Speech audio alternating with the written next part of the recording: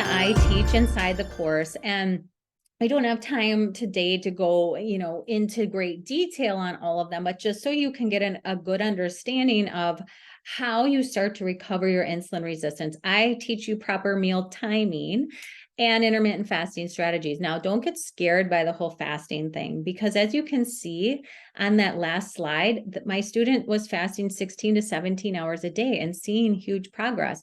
You do not need to do 3, 4, 5-day fasts in order to be successful. And I walk you through all the different types of fasting, where you should start, what is correct for you, how many times a day you do it. Women have definitely, if you're menstruating, there's nuances that you need to know about, and fasting differently at different times in your cycle. All of that is covered. We talk about proper meal order. Those slides that I showed you from Glucose Goddess showed you how adding protein and fat can make a huge difference on your blood sugar and the outcomes of how you're going to be feeling and your energy levels. But eating your foods in a certain order, eating a high, like a veggie, a non-starchy vegetable with fiber in it first, and then protein and fat. Any sugary foods last. Eating in that order is going to be completely different than if you started with the starchy sugar food. It just has totally different effects on your blood sugar. So this program is not about eliminating all of the foods that you think that you can never have again.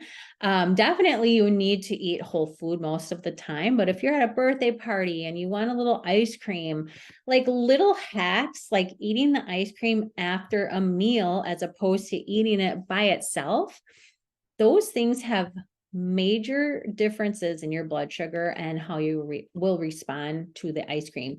Eating ice cream in the middle of the afternoon as opposed to 9 p.m. at night, very different blood sugar responses. So these are the things that you'll learn inside the course. I also teach therapeutic carb restriction. So what that means is, when you have metabolic disease, you're not utilizing carbohydrate efficiently. A lot of times people are only burning carbohydrate, and their body's kind of forgotten how to burn fat because there's always carbs there to burn.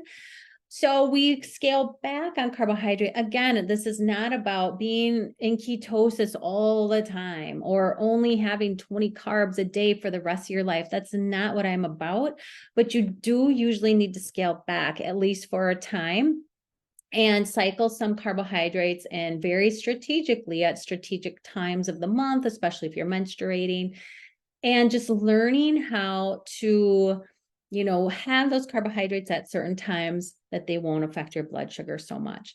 And then we talk a lot about blood sugar hacks and how to just keep that blood sugar level and stable throughout the day so you feel good. When you have stable blood sugar, you don't have the cravings, you're not hungry, you stay full for a long period of time.